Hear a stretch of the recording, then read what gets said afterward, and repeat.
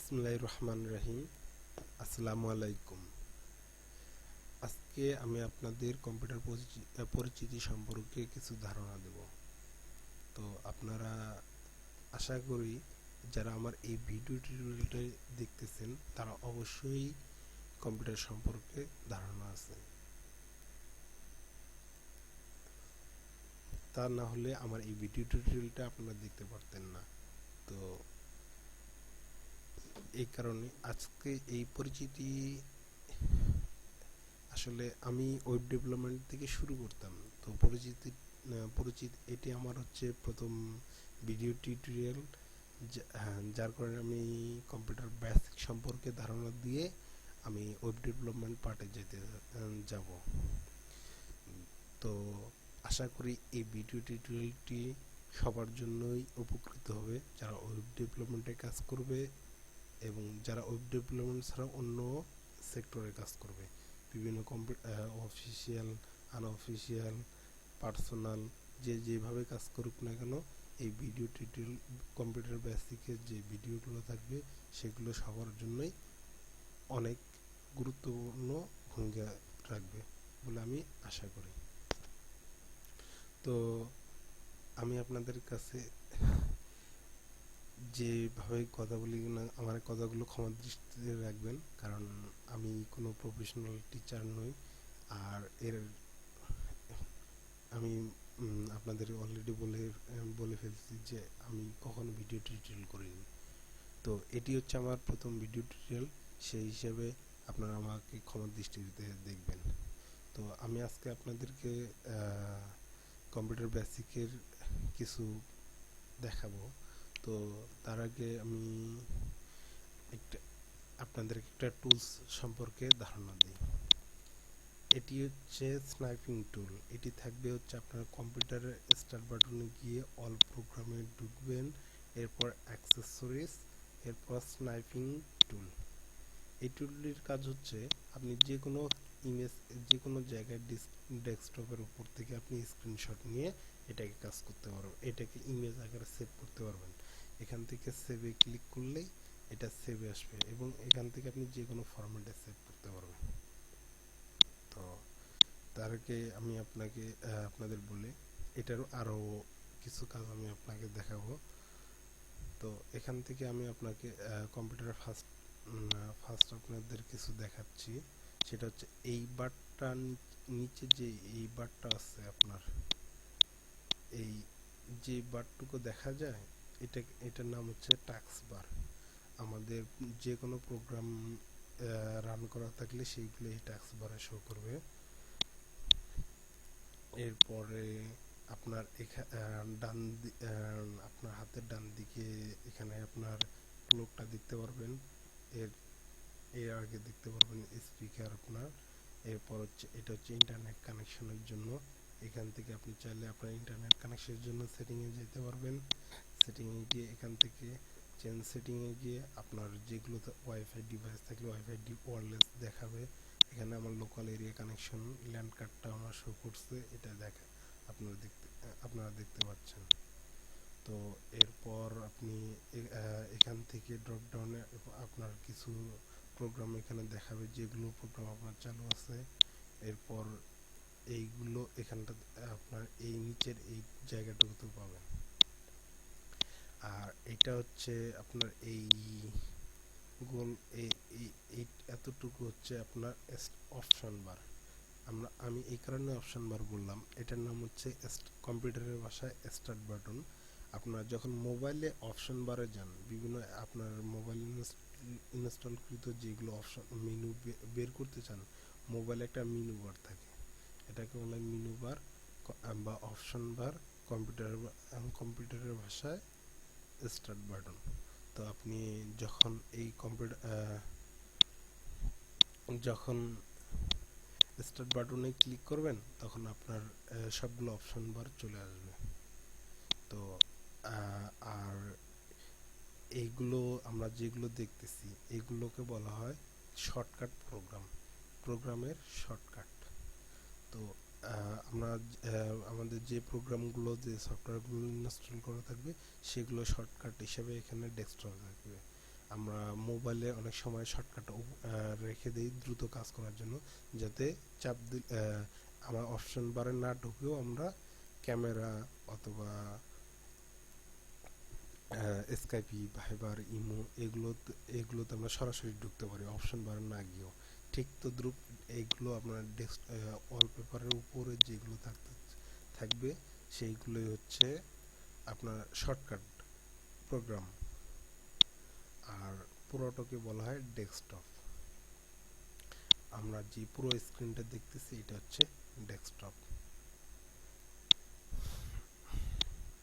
এরপর হচ্ছে আমরা অপশন বারে আসি।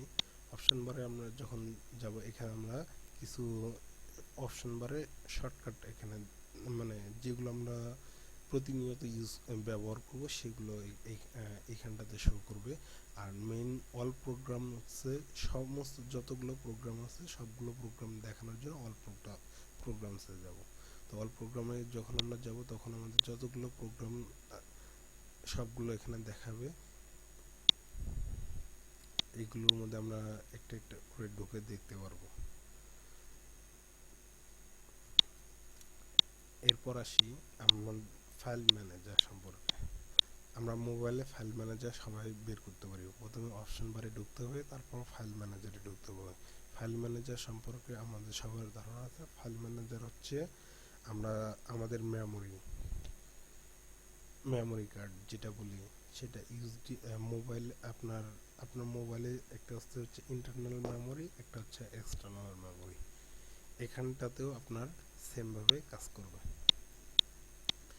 সেটা কিভাবে আমরা আসি, যখন আমরা মাই কম্পিউটারে যাব, এখান থেকে স্টার্ট বাটনে ক্লিক করে কম্পিউটার, এটাকে বলা হয় মাই কম্পিউটার।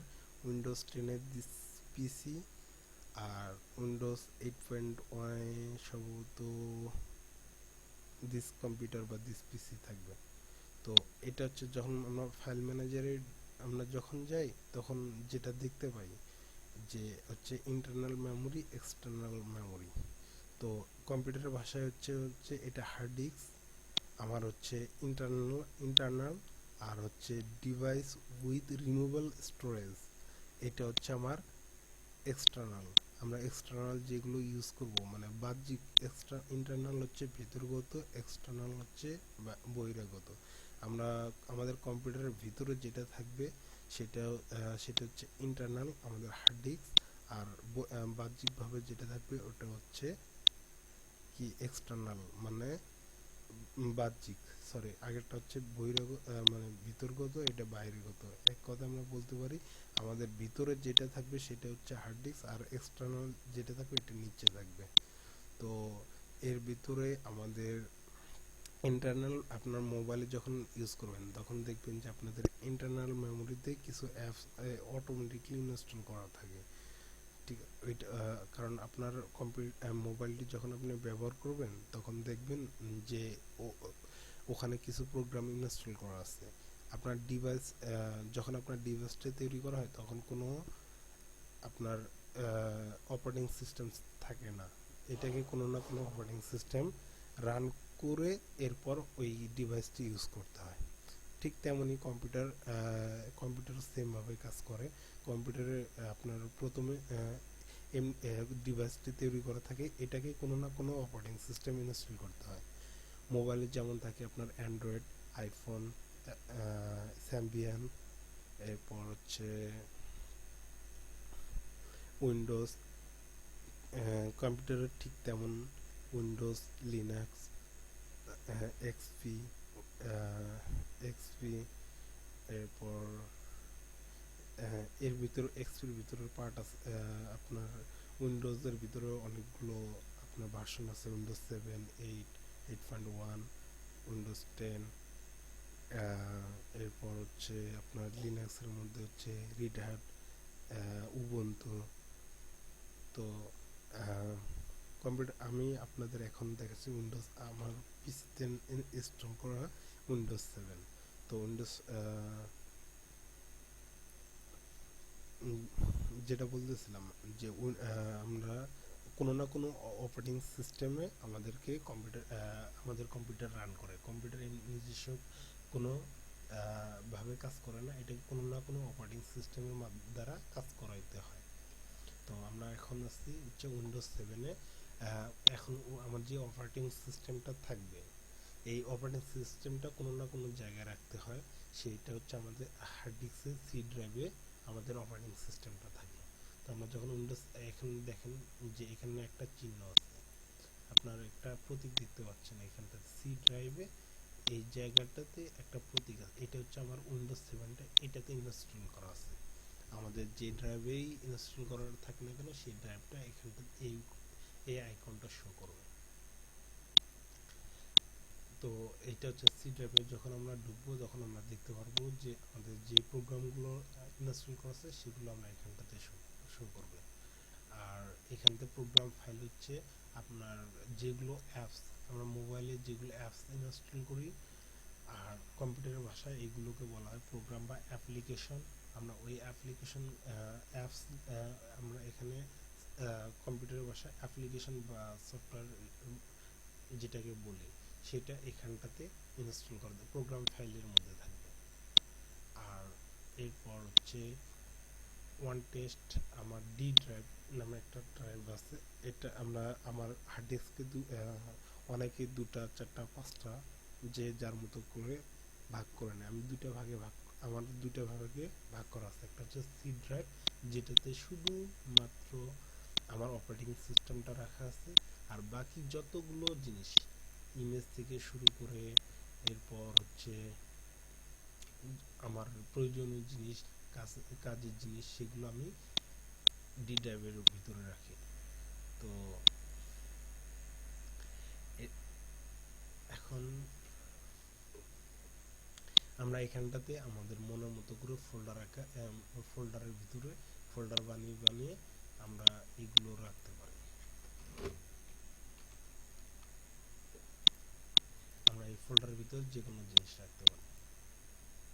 তো আমি আরেকটা জিনিস দেখাই হচ্ছে, সেটা হচ্ছে একটা প্রোগ্রাম যখন আমরা সেভ করব, সে আমরা অনেক সময় দেখি যে একটা প্রোগ্রাম সেভ করলাম, ওই জিনিসটাকে খুঁজে পাইতেছি না।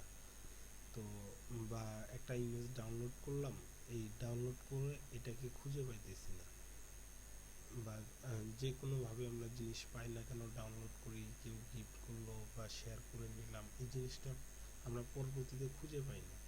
এটার কারণ হচ্ছে, এটা আমরা খুঁজে পাই না বলতে ভুল হবে, কারণ এটা আমাদের থাকে, আমরা আসলে খেয়াল করি না এই জিনিসটা কোথায় থাকলো। সাপোজ আমি একটা ইমেজ ডাউনলোড করব,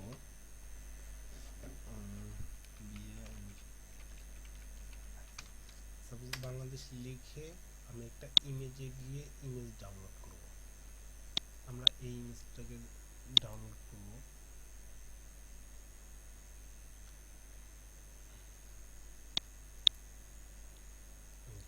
ইমেজটাকে রাইট ক্লিক করে সেভ করে নিলাম, সেভ করে নিলাম। এখন দেখেন যখন সেভ আসবে, আমরা সঙ্গে সঙ্গে সেভ করব না, আমরা এখানে দেখে নেব এই সফটওয়্যারটা কোথায় ইনস্টল হচ্ছে, মানে আমাদের সফটওয়্যারটা, আমরা যে ইমেজটা ডাউনলোড করতেছি এই ইমেজটা কোথায় সেভ হচ্ছে।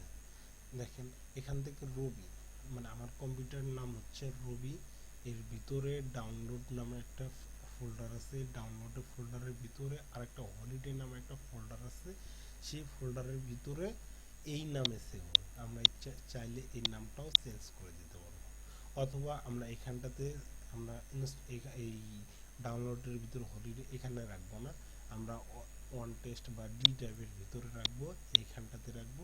এটার নাম আমরা চেঞ্জ করে দিলাম টেস্ট 1। এখানটাতে এটা হচ্ছে সেভ অ্যাজ টাইপ, এটা হচ্ছে আমাদের টাইপ, এটা কোন টাইপের সেভ হবে, সেভ ইমেজ। এখানে এইটা আমরা শুধু ইমেজটা ডাউনলোড করতেছি এবং এই ইমেজটা জেপিজি ফরম্যাট আছে, যার কারণে শুধু জেপিজি নামে সেভ হচ্ছে।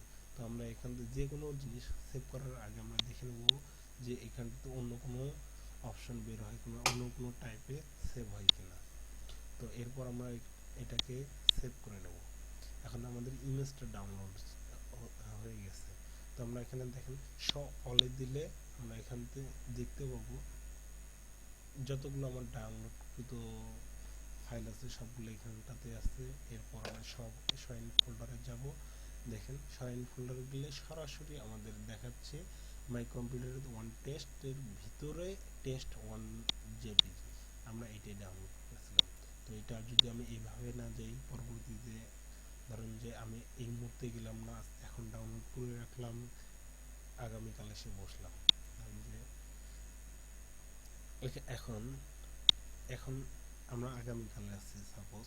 তো এখন আমি এটাকে কিভাবে বের করব এখানে, তাহলে আমি স্টার্ট বাটনে যাব, আমার ফাইল ম্যানেজারে ঢুকবো, এরপর ডি ড্রাইভে সেভ করে রাখছি, ডি ড্রাইভে ঢুকবো, এরপর টেস্ট ওয়ান এই ফাইলটা আমরা সেভ করে রাখছি। এখন দেখুন যে আপনার আপনার এখানে ডট জেপিজি, এটা হচ্ছে ইমেজটার টাইপ হচ্ছে জেপিজি। আমরা চাইলে এটাকে রিনাম করে জিআইএফ করতে পারবো। জিআইএফ হচ্ছে ইমেজের আরেকটি টাইপ। ইমেজের বিভিন্ন ধরনের টাইপ আছে, জেপিজি, জিআইএফ, পিএনজি, এই তিনটা মূলত বেশি কাজ করে, এছাড়া আরও অনেক ফরম্যাট আছে। তো আমরা এটা জিআইএফ করে নিলাম। এখন দেখেন একটা মেসেজ দেখা আমাদেরকে কম্পিউটারে একটা মেসেজ শো করাইছে। তো এখানে বলছে are you sure you want to change it, মানে আমি কি এটা চেঞ্জ করতে চাচ্ছি কিনা এটা আমাকে কম্পিউটার বলতেছে। আমি এখানে ইয়েস বা নো দিলে, ইয়েস দিলে এটা হয়ে যাবে, নো দিলে না হবে। তো আমরা অনেক ক্ষেত্রে দেখি যে কম্পিউটার অনেক সময় আমাদের কাজ করতে মেসেজ দিবে, আসলে আমরা অনেক সময় মেসেজটা খেয়াল না করে ইয়েস বা নো দিই। এটা কখনো করবেন না, চেষ্টা করবেন এই মেসেজটা পড়ার জন্য, এবং পড়ার পর আপনার যদি প্রয়োজন হয় ইয়েস দিবেন, তাহলে নো দিবেন। তো আমরা এটাকে ইয়েস দিয়ে আমরা দেখতেছি জিআইএফ হয়ে গেছে, দেখেন ফরম্যাটটাও চেঞ্জ হয়ে গেছে এখান থেকে। এটা হচ্ছে এখন অনেক সময় দেখবেন যে এই জিআইএফ ফরম্যাটটা এখানে থাকে না, শুধু টেস্ট ওয়ান থাকবে। তো সেটা আমি আমার এখানে এইটা শো করানো আছে, যার কারণে এটা আপনারা দেখতে পাচ্ছেন। তো আমি পরবর্তীতে টিউটোরিয়ালে আমি দেখাবো যে এটাকে কিভাবে, মানে আপনি ফরম্যাট এটা শো করেন, সঙ্গে আরও অনেক কিছু জানা দেখাবো। তো আশা রাখি এ পর্যন্ত আপনারা ভালো থাকবেন। আসসালামু আলাইকুম।